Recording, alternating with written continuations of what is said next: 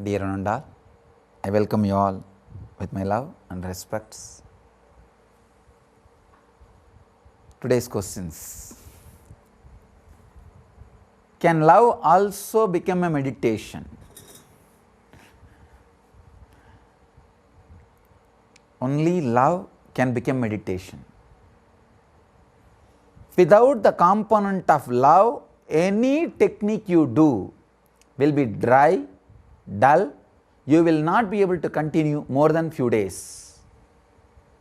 I have seen people doing this technique, that technique, but not more than few days. Only with a deep love, even a technique become meditation. Please understand, technique is not meditation. Technique becomes meditation when the love is added. When the love is added, anything you do is meditation. When you are floating in love, you are in meditation. Real meditation will awaken love in you. The real love will awaken meditation in you. There are two different names. When your soul, with its pure energy, flows through your senses to the outer world, it can be called as love. The same energy, when it flows inward, it can be called as meditation. Whether it is love or meditation, from same source, same energy, same purity, love should become meditation, meditation should become love. Please understand, from my own experience I can say, the time I spent with Arunagiri Yogeshwara in the physical form, maybe, I don't know, around 9 months, from summer vacation to the end of the year, around April, March, April, that time to end of the year. In India, April is the time the summer vacation starts usually, the end of the year, around 9 months I can say. The time I spent with him physically, having his darshan, being around him, I can say, still I remember very clearly the experience of love in me. That was the first and I can say in a way last experience. I experienced love in such a beautiful way towards a person, towards a being. Then it became a different experience, kind of a radiating and connecting with the whole world. But the kind of love I experienced with him, I used to continuously feel what I can do to him, what I can give him. But I am a small boy, it will feel very silly. What can I give to a God himself, an incarnation, an avatara Purusha? At that time I do not know all these big words, this avatara Purusha, God and all that.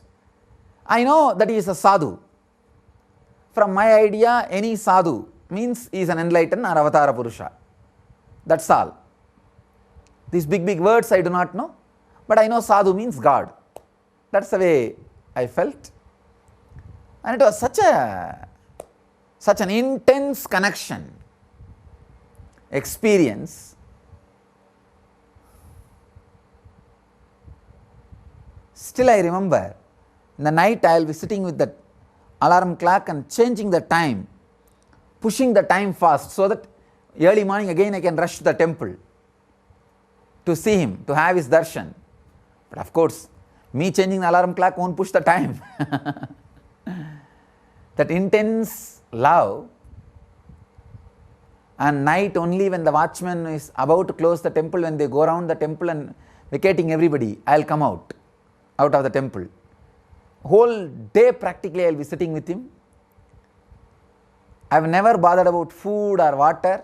Whenever I was around him, I never even remembered about food or water. Just sitting, talking or walking with him going around that area. Nothing particular. Not that he will be teaching me in a very systematic way, nothing like that. Sitting and chatting casually.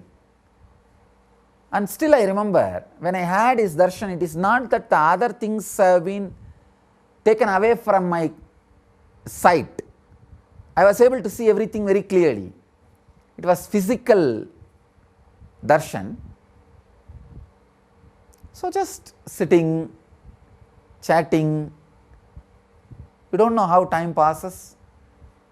I continuously used to feel what I can give, whatever I get in my hand, whether it is a little money in the house or some clothes or some sweets, anything I am given in the house. The first thing I will pack it and keep it for him and bring it to him.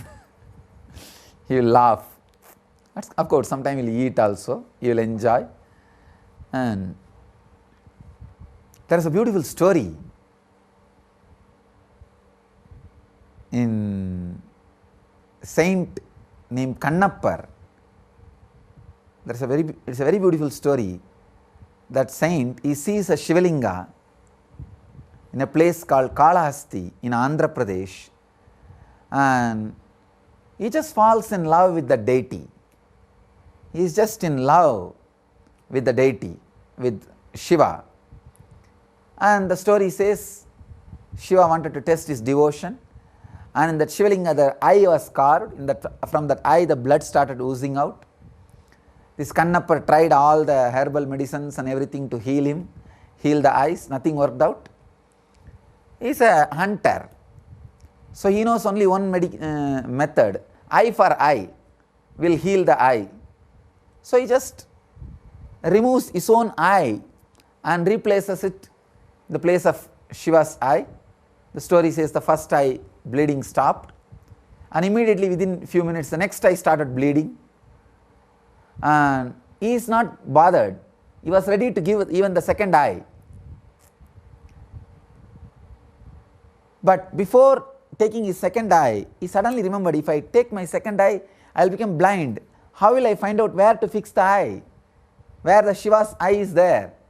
So he puts his leg on the second eye of Shiva as a mark. Then he removes his second eye to fix on the Shiva's eye. At that moment, Shiva appears and gives darshan and gives him enlightenment, and Shiva Padavi, Shiva Sayujya, we call it, means becoming one with Shiva. Very beautiful story. The love became meditation. That love for Shiva, whole day he was living in meditation. That is why he just feels, what can I give, what can I give, what can I give. I can understand that Kannappar's feeling,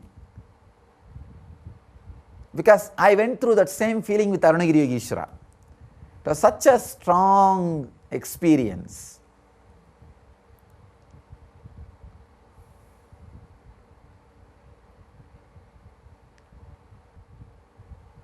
The deep love simply becomes meditation, and real meditation just becomes love in you. Love, energy, meditation, compassion, all these are same ingredient with the different names. Different names: intelligence, energy, love, compassion, meditation.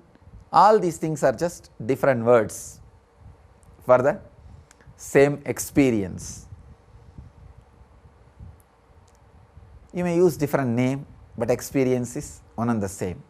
So love is meditation, meditation is love. When you feel love, you will just feel, what can I do for that person? How can I serve?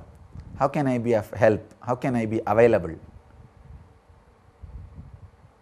Love is meditation, meditation is love. Thank you.